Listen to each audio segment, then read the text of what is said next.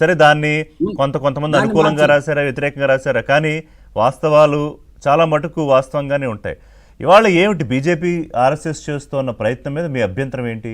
అంటే నెహ్రూ చేసిన కార్యక్రమాల వల్ల దేశం ఇంకా ఎక్కడో ప్రగతి పదంలోకి వెళ్ళిపోవాల్సింది ఆగిపోయిందని చెప్తున్నారనా, లేకపోతే సర్దార్ వల్లభాయ్ పటేల్ని కాంగ్రెస్ పార్టీ తక్కువ డౌన్ సైజ్ చేసి నెహ్రూని ఎక్కువ చేసిందనా? It is true sir. ఇప్పుడు కాదు, రామచంద్ర రెడ్డి గారు ఒక నిమిషం, తులసిరెడ్డి గారు మాట్లాడతారు. ఒక్క నిమిషం, తులసిరెడ్డి గారు మాట్లాడతారు. వారు వింటున్నారు ఇందాక నుంచి. రామచంద్ర రెడ్డి గారు ప్లీజ్. ఋషి గారు, కాశ్మీర్ విషయము 565 స్వదేశీ సంస్థానాల విషయమే తీసుకున్నాం. ఇప్పుడు మోడీ గారు ప్రైమ్ మినిస్టర్, అమిత్ షా గారు హోమ్ మినిస్టర్. అంటే ఏదైనా మంచింతా జరిగితే హోమ్ మినిస్టర్ ఖాతాకు, ఏదైనా తప్పు జరిగితే చెడు జరిగితే మోడీ గారి ఖాతాకి వేద్దామా? ఈయన ప్రైమ్ మినిస్టర్, ఆయన హోమ్ మినిస్టర్. ఆ రోజు నెహ్రూ గారు పటేల్ గారు ఉన్నట్లే ఈ రోజు ఇద్దరు ఉన్నారు. అంటే ఏదన్నా మంచి జరిగితే బీజేపీ 11 ఏళ్ల పాలనలో అదంతా అమిత్ షా కోటాకు, చెడ్డ జరిగితే తప్పు జరిగితే మోడీ గారి కోటాకి వేద్దామా? That is number 1. ఇక్కడ పుల్లారావు గారు చెప్పినట్లు ఆ రోజు పరిస్థితి ఏమి, బ్రిటిష్ వాళ్ళు ఈ దేశాన్ని కేవలం 2 దేశాలుగా కాదు 567 దేశాలుగా విభజించారు. 565 స్వదేశీ సంస్థలను మీ ఇష్టం అని చెప్పారు. తర్వాత భారతదేశం పాకిస్తాన్ చేశారు. కాబట్టి ఆ నేపథ్యంలో జమ్మూ కాశ్మీర్ అనేది అది ఒక స్వతంత్ర దేశంగా ఉంది. అది ఎప్పటికీ దానికి ఒక మిలిటరీ, ఒక నాణ్యాలు, ఎవరిథింగ్ ఉన్నాయి. అక్కడ రాజేమో హిందూ, మెజారిటీ పాపులేషన్ ముస్లిం, అది బార్డర్ లో ఉంది. ఆ రోజు మీ ఇష్టం అని చెప్పారు.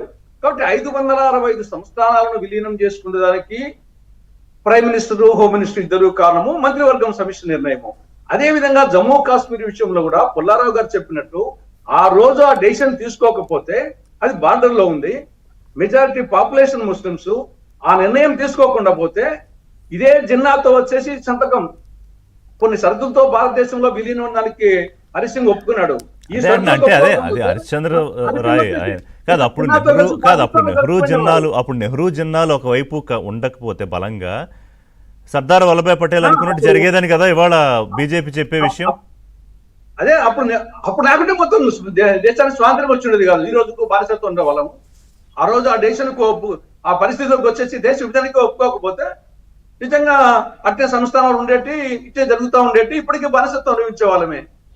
కాబట్టి ఆ రోజున్న పరిస్థితుల్లో ఆ రోజు దీనికి 370 ఆర్టికల్ కు అది కూడా వచ్చేసి తాత్కాలికమని చెప్పడం జరిగింది. ఒప్పుకోకపోతే మొత్తం పీవీకే కాదు JNK పాకిస్తాన్ లో కలిసిపోయిండేది.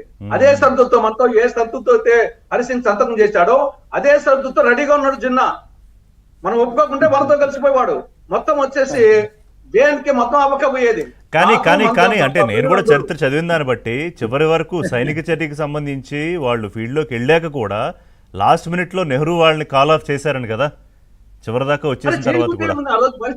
ఈ రోజు పరిస్థితి ఆ రోజు అప్పుడే స్వాతంత్రం వచ్చింది, మనకు ఆర్థిక స్తోమత లేదు, మిలిటరీ లేదు, ఆయుధ సంపత్తి లేదు, ఏమీ లేదు. ఏముంది ఆ రోజు వచ్చేసి? ఆ రోజు రాజనీతితో నెహ్రూ గారు ఉండబట్టే ఈ రోజు ఈ పరిస్థితిలో ఉన్నాం. లేకుంటే ఏమైంది? ఏ నేపాల్లో, లేకుంటే ఏ బర్మానో, ఏ శ్రీలంకనో, ఏ బంగ్లాదేశో, పాకిస్తానో అయిపోయింది భారతదేశం కూడా. తెలిసినట్టు అన్న భారతీయులు అంతా వీక్ కాదు, మన భారత సైన్యం అంతా వీక్ కాదు. తెలంగాణ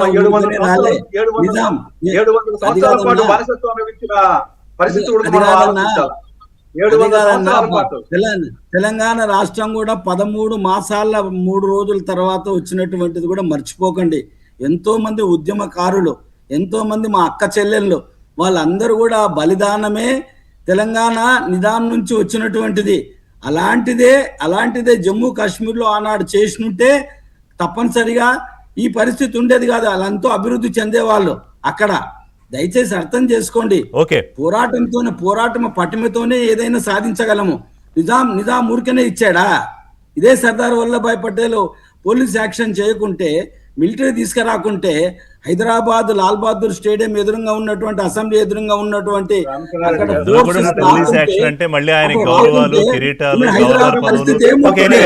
ఒక నిమిషం మళ్ళీ వర్తమానంలోకి వచ్చేద్దాం.